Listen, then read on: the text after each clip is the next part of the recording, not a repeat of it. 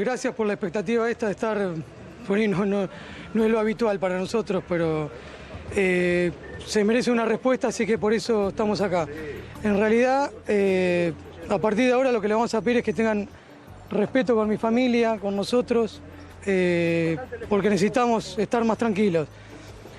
Pudimos mirar el cuerpo, lo que reconocimos fueron los tatuajes de Santiago, así que estamos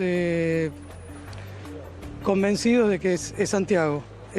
No descartamos de que faltan, recién se va a empezar a peritar, o sea, lo único que se hizo ahora es recién presentar el cuerpo. Así que a partir de ahora empieza el peritaje, la autopsia quiero decir, y en unos días ya va a estar el resultado final con las muestras de ADN y la confirmación real.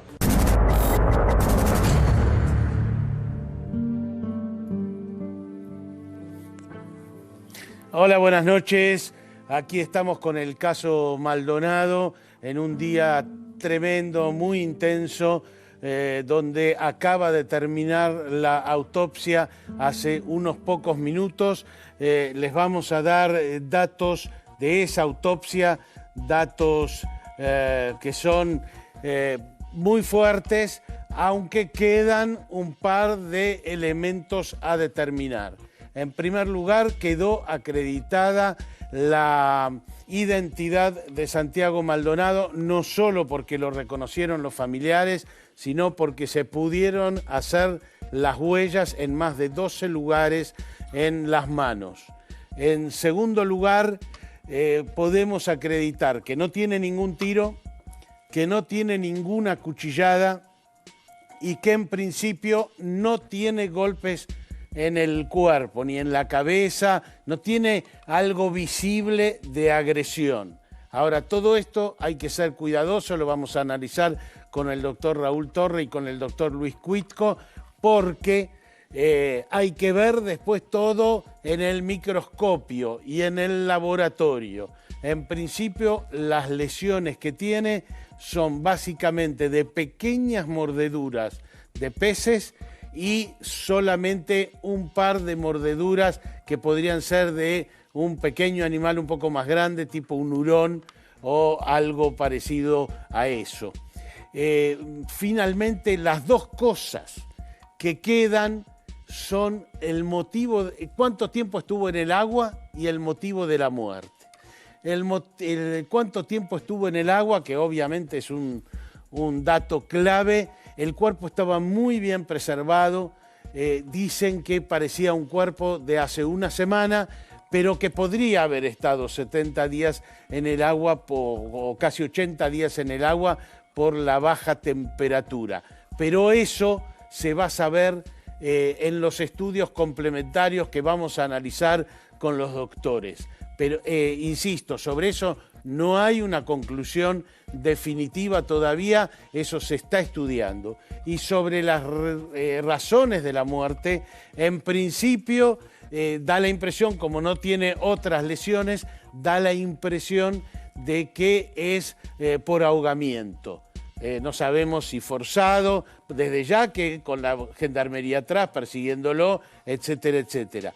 Pero en principio tienen que investigar, lo vamos a hablar también con los doctores, el tema de los pulmones y qué elementos hay, pero esa sería la causa de la muerte. Pero insisto en que estas partes van al laboratorio por un lado y supongo yo que a microscopio por el otro. Como soy periodista y no soy un súper técnico, trajimos a los técnicos para hablar exactamente de todo esto.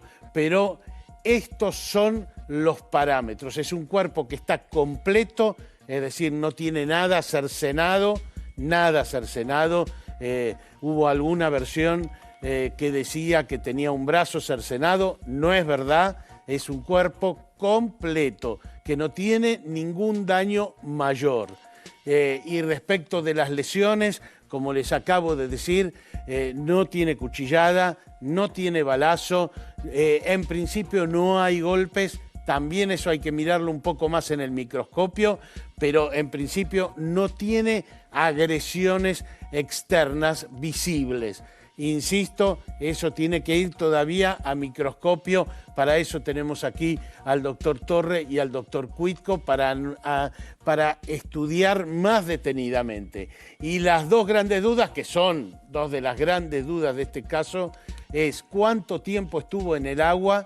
En principio está muy conservado el cuerpo, pero podría haber estado 80 días en el agua si es que el agua estaba tan frío. Habrá que hacer todos los estudios complementarios. Y respecto de la razón de la muerte, en principio, les insisto, es de ahogamiento, pero hay que hacer los estudios complementarios. La autopsia se dio por terminada hoy, es decir, no es que mañana hay una nueva reunión, sino que ahora todo pasa a la parte más de laboratorio y de microscopio y de toxicología, es decir, a la parte mucho más, que ya nos van a explicar los doctores, mucho más fina. Estos son los grandes elementos que hay en esta autopsia. Doctor Torre, ¿cómo le va? Muy bien. Bueno, ¿Puedo felicitarlo por el trabajo periodístico? Porque esta autopsia ha terminado hace minutos. Bueno, pero ¿es factible decir enseguida si tiene golpes? Me imagino que cuchilladas y tiros sí. No, cualquier tipo de lesiones, luego va a estar el doctor Cuitco que puede ampliar esto, pero sin duda los médicos tienen la capacidad de percibir macroscópicamente cualquier tipo de lesiones generada por elemento contundente, por arma de fuego, por arma blanca, etcétera. Inclusive, después Luis seguramente va a abundar mucho más en esto. Lo que ha concluido, esto es bueno aclararlo, es la autopsia macroscópica. Ajá. Luego, como usted dijo, siguen una cantidad de estudios de laboratorio, entre ellos está la autopsia microscópica, toxicología, biología, etcétera, etcétera, ¿no? Cuando están estas, primero, ¿le dice algo que se puedan haber tomado las huellas? Primero, es de alguna manera lo que hemos estado charlando en las últimas 48 horas, que era fundamental ver este primer paso, que es el que permite arribar a una identificación positiva. Sí. Ahora, no solo está individualizado, que es lo que ha hecho la familia a través de signos particulares, sí, como son los tatuajes, como pueden ser cicatrices, etcétera, sino que ahora está identificado. ¿Qué es la identificación? Determinar plena y absolutamente la identidad de una persona. Y lo que dice el informe es que en un dactilograma por lo menos se encontraron 12 puntos característicos igualmente orientados, dirigidos y ubicados. ¿Qué son los puntos característicos para que se entienda? Son pequeños signos que quedan en la forma del relieve digital. Son como si fueran pequeñas horquillitas, cortes, sí, puntas de línea. 12, igualmente orientados, dirigidos, ubicados, determinan identidad plena y absoluta de las personas. Y en todo momento, nosotros hemos estado contrastando, no un cadáver e investigando la causa de muerte, no, en todo momento hemos estado contrastando la información que proviene de ese cadáver contra Santiago Maldonado. Así que los peritos de la Policía Federal Argentina, de la División Rastro, que son los que se ocupan de las necrodactilares, han tenido ahí la ficha de Santiago Maldonado. Sí, lo han hecho en el momento. En instantes vamos a tener lo que es el gran enigma. El cuerpo estuvo ahí todo el tiempo, no estuvo ahí, se veía, algunos dicen, se veía, no pudo haber estado ahí porque ahí ya hubo rastrillajes. Vamos a estar con uno de los integrantes del equipo, con su perro, además, que estuvo en el hallazgo, estuvo en ese equipo que trabajó en esas 8 parejas, y a quien le vamos a preguntar todas estas cosas, si en un rastrillaje anterior podía haberse no visto, si se veía el cuerpo o no se veía el cuerpo, y le vamos a preguntar sobre todo cómo llegaron al cuerpo. Hay ¿no? un dato muy interesante que también hemos estado charlando estos días, Tuni, que es el ataque de la ictiofauna al cadáver. Esto es, el ataque de los peces, lo que indica una permanencia en el agua. Nosotros habíamos dicho que los peces que habitan esas aguas, las truchas, las percas, los púyenes, son animales que no solamente son predadores, sino que son carnívoros. Entonces, en general, atacan a los cadáveres. Y aquí creo que va a jugar un rol fundamental la temperatura de esas aguas, que no nos olvidemos que hacia la época donde situamos el hecho que desencadena toda esta investigación, el 1 de agosto de este año, por esos días estamos hablando de temperaturas de 10 o 12 grados bajo cero. Ah, bajo cero. Ahora, doctor, si los autopsiantes en principio ven que, por ejemplo, no hay lesiones, ¿no es cierto?, que es lo que vieron ellos, que el problema que de entrada les parece que hay ahogamiento, es decir, que se ahogó. ¿Es definitivo? ¿Es una primera mirada? Yo creo que la autopsia, me animo a pensar por los casos en los que he trabajado, y nosotros trabajamos en equipo con los médicos legistas, obviamente, formamos todos un equipo de investigación criminal. No creo que los médicos hayan cerrado definitivamente la autopsia, sino que seguramente han colocado una sentencia que es normal ad referendum de los estudios anatomopatológicos. Pero ellos en lo que firmaron hoy, ¿pueden haber puesto presunta causa de muerte, sumersión se dice, o cómo se dice? Si ellos, muerte por sumersión o muerte por inmersión, es lo mismo. En general se acostumbra a decir muerte por sumersión, pero si ellos han visto en los pulmones lesiones alveolares macroscópicamente, uno puede especular que pueden haber arriesgado una causa de muerte. Yo me animo a pensar que esperarán seguramente los estudios de anatomía patológica, los preparados que se van a hacer sobre esos pulmones, y luego la búsqueda de plancton. Sobre eso Luis conoce mucho más que yo porque es su especialidad, ¿no? Seguramente nos va a abundar con más detalles. Le hago una pregunta. Supongamos que se encuentra agua en el pulmón.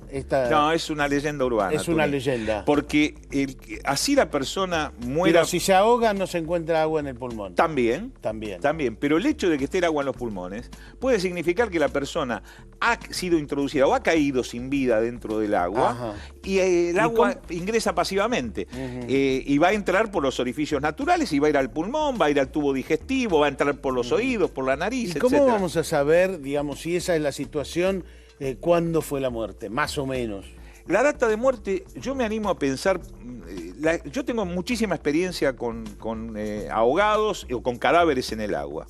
De hecho, los criminales siempre tratan de simular los hechos dolosos arrojando los cadáveres o bien al agua o bien al fuego o bien al paso de un convoy ferroviario.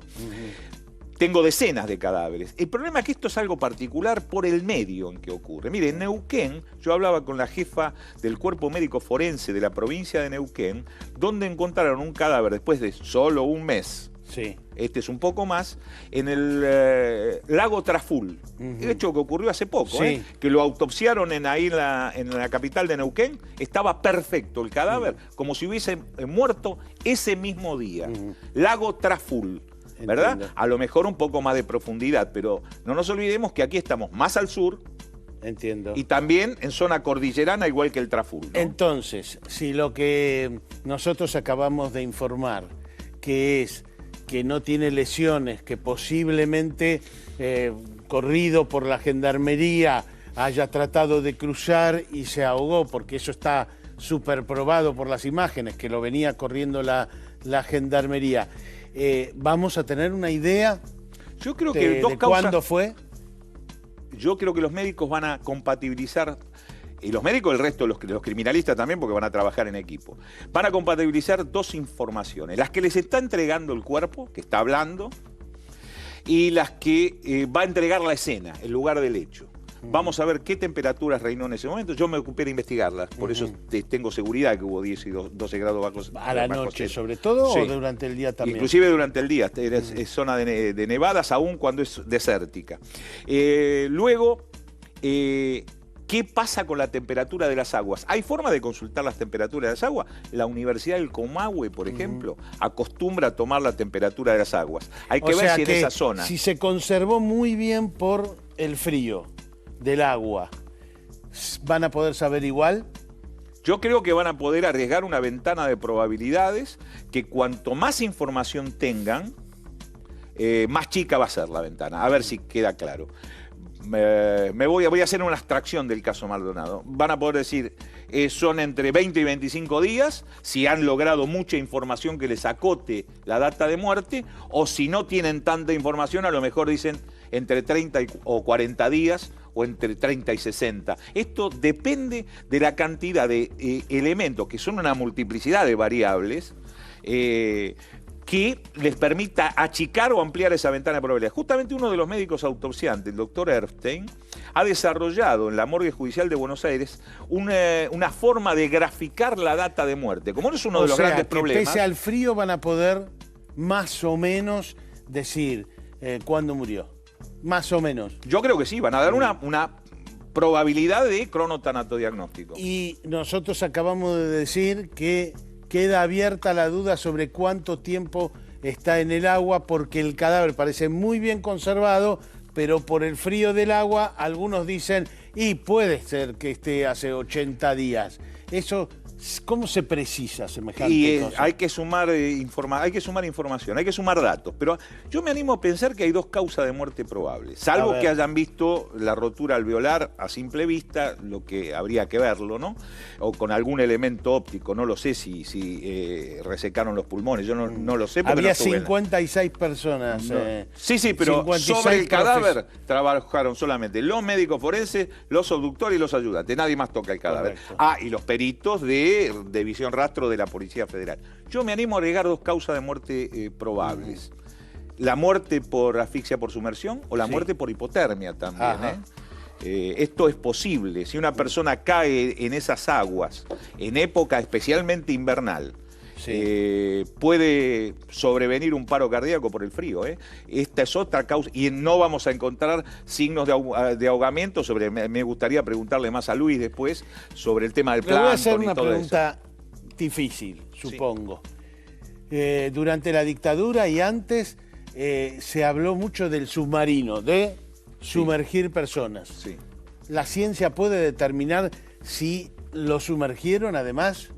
Absolutamente sí. ¿Sí? Sí, ¿cómo? porque esas aguas donde se lo sumergió van a tener un plancton determinado que no va a corresponderse con el plancton del río Chubut donde fue hallado el cadáver. No, pero digo, si lo como sumergieron en ese mismo lugar. Si no hay signos de la sujeción, no.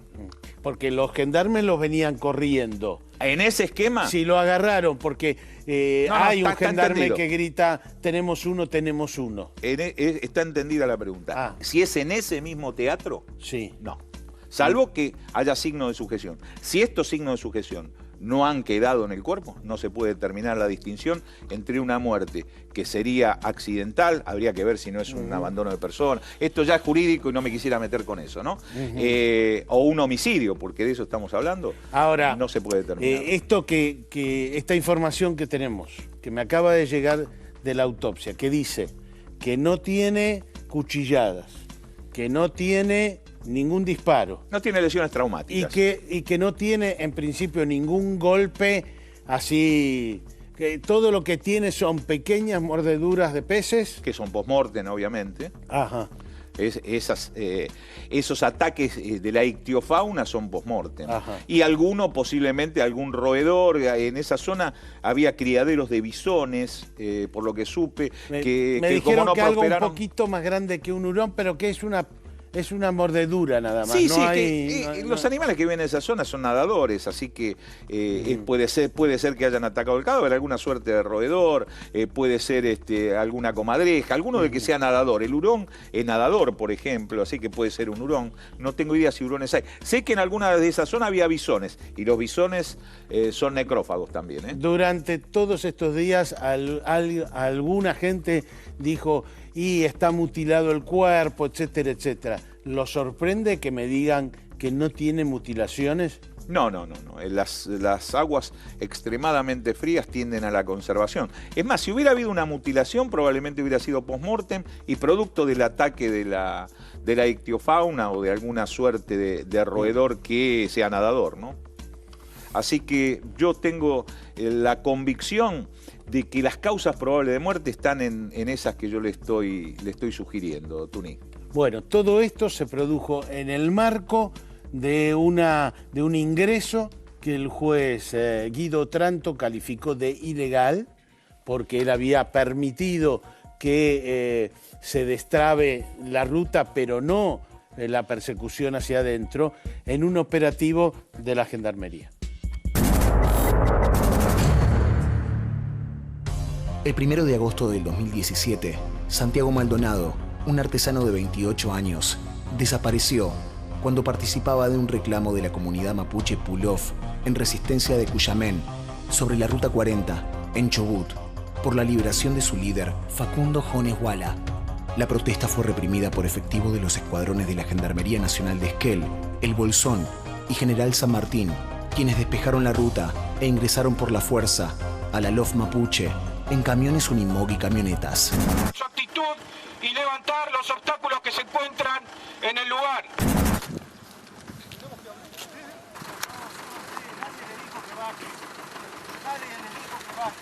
Desde que se dio a conocer la desaparición de Santiago Maldonado, la inquietante novedad movilizó a la sociedad. Una pregunta ganó la calle. ¿Dónde está Santiago Maldonado? Bueno, este es Milo y el doctor Alfredo Roncoroni, que era el jefe del equipo que viajó a Esquel y después fue y que encontró efectivamente el cuerpo de Santiago Maldonado. Primero, felicitaciones. Bueno, muchas gracias, y te quería aclarar que éramos 8 jefes. Éramos 8 jefes. Éramos 8 compañeros que entre todos resolvíamos la estrategia de trabajo. Ratifico las felicitaciones de Tuni Coleman. Muy amable. Excelente trabajo, doctor. Gracias. Doctor Roncoroni, ¿cómo se encontró el cuerpo? Milo ya lo percibía. Nosotros hicimos una búsqueda a referéndum del señor juez. Sí. Pedimos total autonomía para el trabajo y dispusimos los recursos caninos, sí, río abajo y río arriba. Sí. Ya teníamos un lugar para recorrer ese primer día, y nosotros como grupo dispusimos trabajar en ambas orillas. Sí. 2 perros río abajo, 2 perros río arriba, o sea que va a favor del viento, en contra del viento, trabajando 4 perros y 1 embarcado. O sea, 4 perros haciendo orilla y 1 perro embarcado. Y usted estaba del otro lado. Yo estaba del otro lado, exactamente donde estaba el cuerpo. Del que apareció el cuerpo, usted estaba del lado de enfrente. Estábamos trabajando del otro lado, sí. Y aún así, pese a que había seguramente 20, 30 metros de una orilla a la otra... Fue algo muy característico que uno de los grupos que estaba trabajando en la orilla donde apareció el cuerpo... Sí, que era la más cerca a la ruta, ¿no? Era la más cerca a la ruta y era la que más tenía acceso al viento y al agua que estaba bajando. Ya me estaba comunicando la presencia de algún cuerpo, digamos, río arriba. Y nosotros trabajamos del lado de enfrente, con equipos de comunicación, que en ese caso... casi no era posible comunicarnos por un tema que estábamos en un pozo directamente, pero ya teníamos la certeza de que algo había. Cuando encuentran el cuerpo, ¿usted desde la otra orilla lo veía? No. No se veía. No. ¿Y los que estaban en la otra orilla, se veía a simple vista o ellos no? Ellos venían trabajando, sí, y le faltaba todavía cierto recorrido para llegar. Cuando ellos me piden que yo les colabore con los 3 perros, habíamos dejado 3 perros en reserva. Sí. Por las dudas si se lastimaba alguno, por si el día era muy largo. En ese momento a veces se largaba a llover, entonces intentábamos dosificar los recursos de la mejor manera posible. Entonces, cuando él había tenido un comportamiento que yo en su momento no lo supe leer, después sí, eso sí, después lo ampliamos. Pero cuando mis compañeros me piden que yo dosifique otros recursos del otro lado es porque ya tenían el olor característico. ¿Pero lo veían? No, para nada. Estaban lejos. No se veían ni del otro lado tampoco. Estaban lejos todavía. Estaban lejos. Entiendo. Pero ellos me piden que yo les colabore para ir asegurándose de que realmente tenían marcaciones precisas. Y el cuerpo estaba metido entre ramas.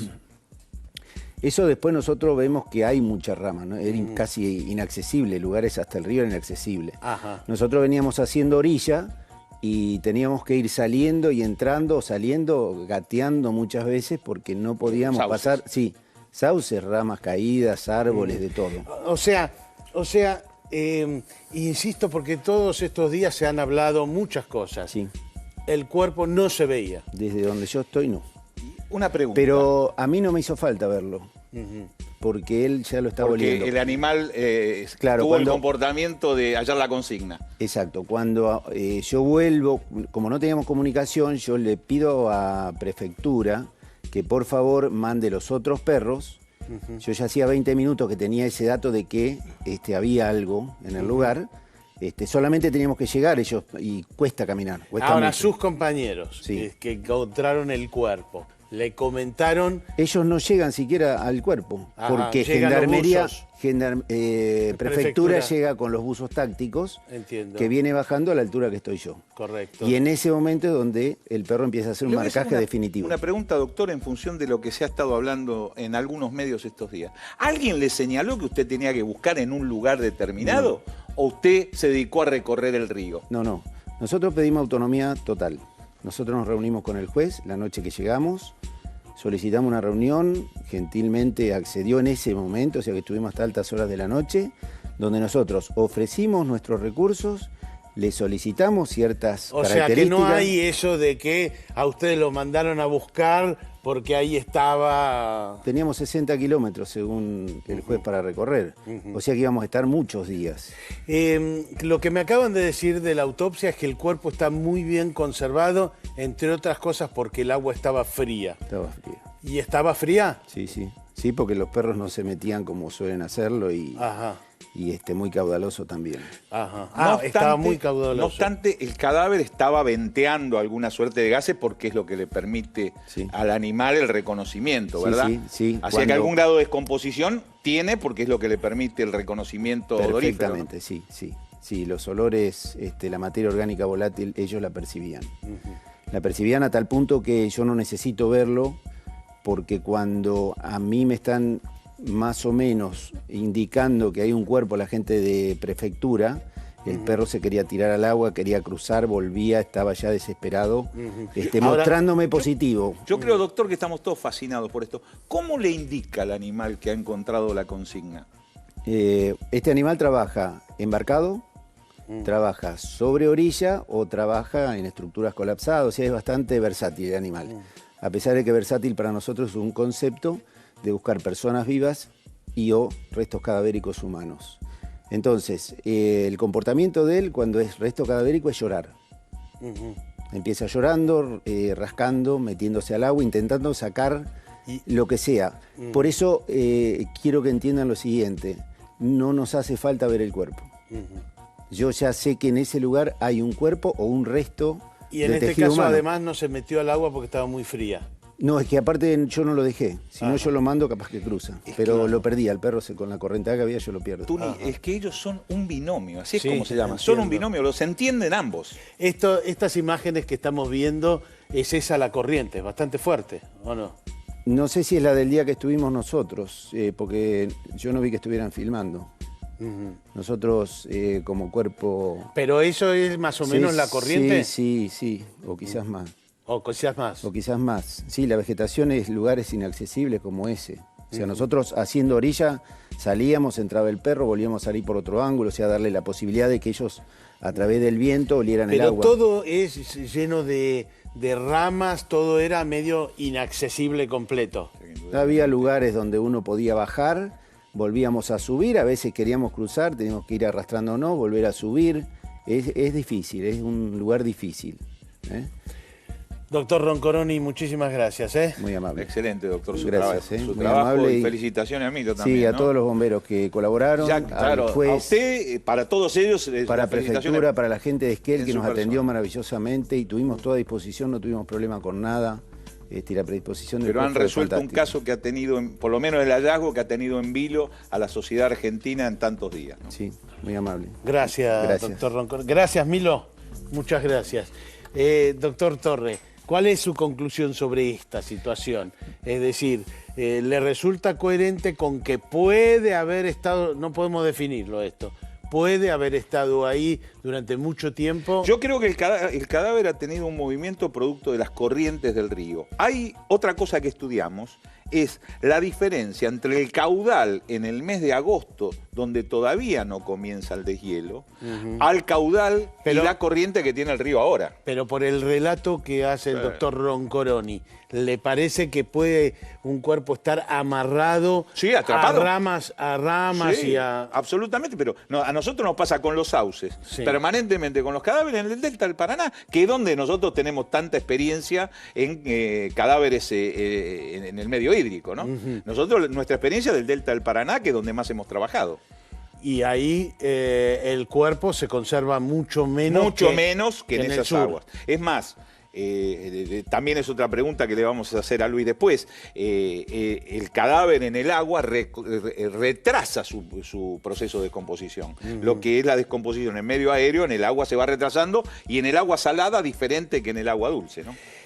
Nosotros les hemos dicho, les hemos adelantado que el cuerpo, en principio, por la autopsia que terminó hace unos minutos, y que no continúa, esta parte de la autopsia no continúa. La macroscópica terminó. Terminó, que en principio no tiene lesiones, no tiene cuchillada, no tiene balazo, no tiene golpes. Por ahora tenemos que decir no tiene golpes. No tiene lesiones traumáticas. Así no tiene resumimos. ataques de terceras personas. Resumimos.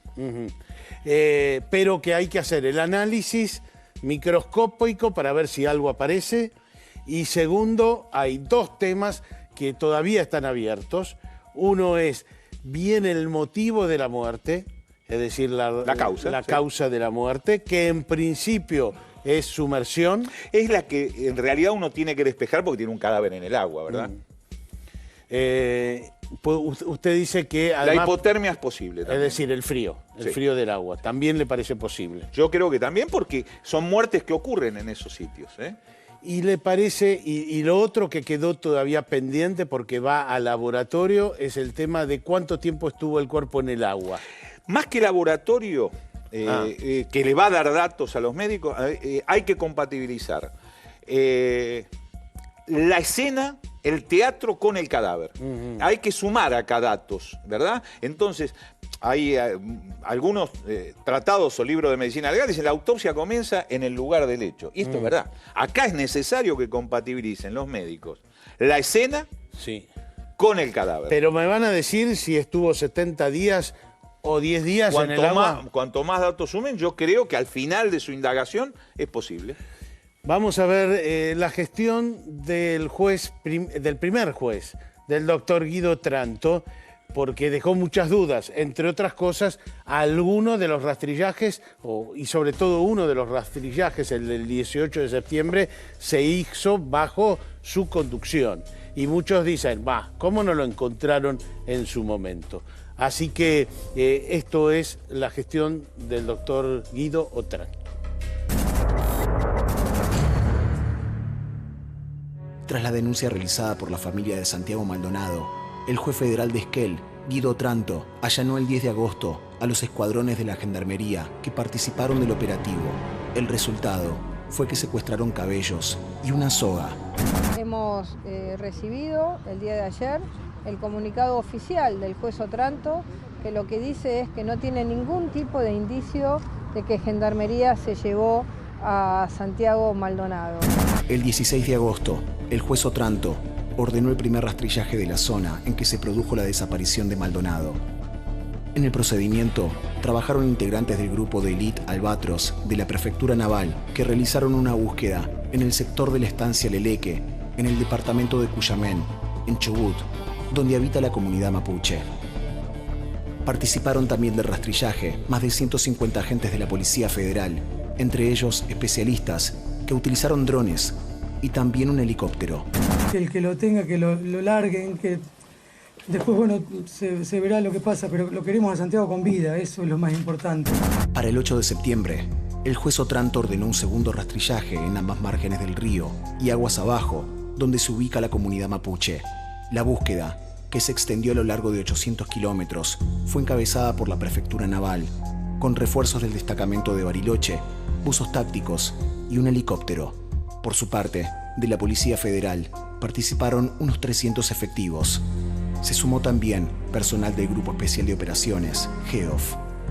¿Tan difícil es pedir que te devuelvan? Quiero que los viejos, la abuela y toda la familia dejen de sufrir y que esta pesadilla termine. 10 días más tarde, se realizó un tercer rastrillaje de la zona en el marco del allanamiento en la comunidad mapuche, ordenado por el juez Otranto. Fue uno de los mayores rastrillajes en la historia del país y contó con una coordinación inédita de tropas de élite. Participaron 370 efectivos y 26 perros entrenados en la búsqueda de restos humanos. Se inició a las 6 de la mañana y duró 14 horas. El juez Otranto fue desplazado de la causa el 21 de septiembre. Así lo resolvió la Cámara Federal de Apelaciones de Comodoro Rivadavia, tras un pedido de los familiares de Santiago Maldonado, quienes expusieron su preocupación en torno a que el caso estuviera siendo investigado de manera parcial por el magistrado. Santiago, te quiero ver, estoy orgulloso de vos, la voy a pelear hasta el final, no me importa un carajo lo que me pase, quiero a Santiago con vida.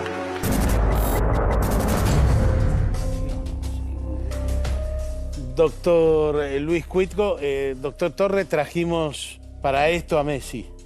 Un maestro. El doctor Luis Cuitco fue el titular de la Cátedra de Medicina Legal, de manera que lo primero es, en base a los datos que nosotros tenemos de la autopsia, ¿es posible determinar si es una sumersión, si la persona se murió por sumersión, si no tiene, lesiones? ¿Es posible demostrarlo fehacientemente? Sí, sin ninguna duda. Ya en el año 1857, en Europa, un médico legista describe por primera vez el plancton. ¿Qué es el plancton? Son partículas de pequeños animales, de pequeñas plantas o de tipo inorgánico que están en el agua y que cuando una persona respira bajo el agua, sí, ingresan al cuerpo. Entiendo. Y en el año 1960, en el Congreso Alemán de Medicina Legal, un médico húngaro, Tamasca, presenta algo que revoluciona este tipo de estudios y diagnósticos médico-legales, que es la existencia de plancton en el fémur. Entonces, cuando entra la persona, le entra agua en vida, sí, el agua ingresa al torrente circulatorio, va a todo el organismo, entiendo, pero fundamentalmente corazón, hígado, riñones y fémur. Y como el fémur no es una cavidad cerrada, sí, se puede determinar plancton durante mucho tiempo. ¿Y se ve en lo que se hizo hoy o eso se ve en el laboratorio? No, esto se determina en el laboratorio. En el laboratorio. Con estudios microscópicos. Es decir, que la última palabra sobre si murió por sumersión está en el laboratorio. Sí, señor. Eso es categórico y así es. Que es lo primero que hay que saber. Si el cadáver murió asfixiado en el agua, es decir, llegó al agua vivo, o si tiraron a un muerto al agua. Luis, en el fémur hablamos de la médula. En la médula, sí, sí. O sea que tenemos dentro de una cápsula, en realidad, donde tenemos el plancton. Sí, señor. Y la otra pregunta, Luis, ¿se puede determinar si murió ahogado en ese río o en otro lugar? Y claro, porque tenemos diferentes plancton en distintas zonas del mismo río. ¿Ah, sí? O en un río respecto del mar. Sí, porque hay distintos componentes. ¿No es cierto? O sea que aún si murió en otra parte del río, eso se puede determinar. No es que cada metro del río va cambiando el plancton. Pero digo, no, en otro río sería. A 1000 metros, por ejemplo. No, yo diría unos cuantos kilómetros. A unos cuantos kilómetros. No es tan sencillo. O sea, si murió en ese lugar exacto o a 10 cuadras, eso tan... Es exactamente lo mismo, porque la fauna y la flora acuática, la limología, el ecosistema, ¿sí? Hídrico...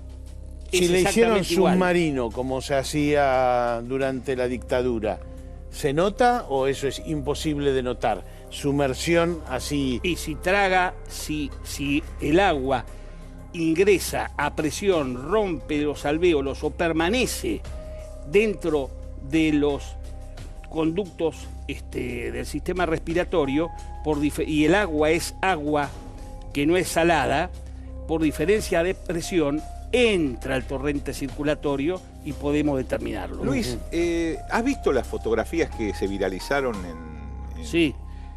¿Tenés una opinión formada sobre la data de muerte en base a esas fotografías? Bueno, acá viene una cuestión importantísima. Si nosotros consultamos la bibliografía de los últimos 20 años sobre muerte en aguas frías, ¿sí? Vamos a ver que hay una dispersión en cuanto al tiempo que tarda el cadáver en presentar descomposición, signos de putrefacción francos, ¿sí?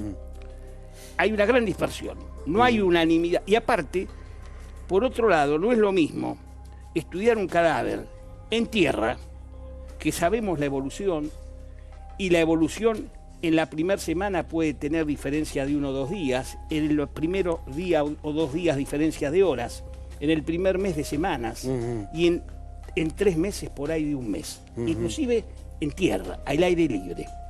Acá va a ser muy difícil. ¿Muy difícil? Muy difícil.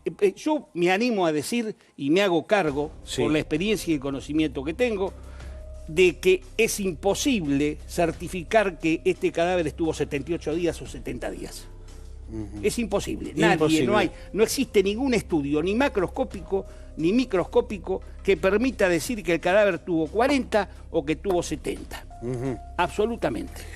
Enseguida vamos a volver, vamos a hacer con el doctor Cuitco y con el doctor Torre conclusiones sobre todo esto que estamos hablando, y estoy recibiendo más información y más datos. Así que enseguida vamos a concluir y vamos a dar algunos datos más sobre la autopsia.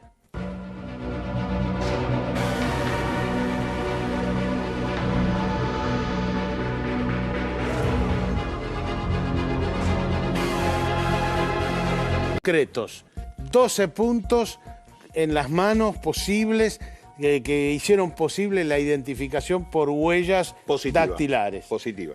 Se comparó con fichas del propio Maldonado. No solo reconocido, sino que ahora legalmente es Santiago Maldonado, correcto, sin ninguna duda. Segundo, cuerpo totalmente completo. ¿La autopsia macroscópica sí? Sí, es decir, la autopsia da cuerpo completo, no le falta ninguna parte. ¿Lo asombró eso, doctor? Me llama la atención, pero por otro lado, al mismo tiempo hay pequeñas lesiones post-mortem, o sea, no en vida de Maldonado. Sí, pequeñas lesiones de peces. De peces, sí. Que es previsible en un cadáver que lo sacan del agua. Cualquiera me agarra en la calle y me dice, escúchame, me quedo 10 minutos en la bañadera y los dedos me quedan así todos marcados. Y en cambio, este cuerpo parece que no tiene esos dedos Eso es así. lo que me llamó la atención con las fotos, esas fotos que estuvieron viralizadas, porque en el agua existe lo que se llama el signo de la lavandera. En las manos y también en los pies. Y la mano izquierda, en 2 de las fotos, no tiene el signo de la mano de la bandera. Bueno, aún así nos dicen, cuerpo muy conservado, da la impresión de ser un cuerpo de 1 semana, pero por el frío del agua podría tener 80 días. ¿Decide el laboratorio o cómo es? Yo creo que deciden los médicos en su informe final. Este es un libro en varios capítulos. Hemos cerrado el capítulo 1. Falta ahora ver cómo, los estudios complementarios del laboratorio, anatomía patológica, toxicología, etcétera, del ambiente. Con eso la junta de médicos, en junta todos los médicos, van a resolver, entre otras cosas, la data de muerte. Y pueden decir, uno puede decir, no, mire, esto tiene una semana, y otro puede decir, no, tiene 70 días. ¿Pueden escribir eso así? Se puede escribir cualquier cosa, hay que ver cómo se la fundamenta. Ajá. Pero bueno, puede haber... Científicamente y puede con los haber hallazgos. discrepancia. Que va a haber, estoy seguro. Pueden disentir los peritos, claro. Estoy que sí. seguro. Ojalá me equivoque. Pero estoy causa seguro. de la muerte. En principio no tiene, por lo que dice los autopsiantes hoy, no tiene ni cuchillada, ni balazos y no tiene golpes. No parece haber agresión externa. ¿Y cómo se define eso? Le preguntaría a Luis, diagnóstico diferencial de hipotermia en lugar de ahogado. Bueno, cuando una persona... En aguas tan frías. Cae una persona con 36 grados y medio de temperatura corporal, cae al agua fría, 2 grados, 3 grados, 5 grados, puede provocarse un shock térmico. Entiendo. Y muere en el acto, muere por un reflejo vagal, y la muerte es una muerte blanca o por inhibición. Correcto. Y entonces no traga agua. Y no va a haber plancton. Y no va a haber plancton. Muchísimas gracias a los dos. Gracias, Tony. Les hemos aportado enorme cantidad de información. Quedan un montón de dudas, por supuesto, no dudas nuestras, sino dudas de los que están haciendo la autopsia, esencialmente dos. ¿Cuánto tiempo estuvo en el agua? Y exactamente la causa de la muerte, aunque de entrada parece por sumersión. Muchísimas gracias a la producción que se jugó todo en este programa. Gracias a todos ustedes, gracias a todos los técnicos. Nos vemos en la próxima.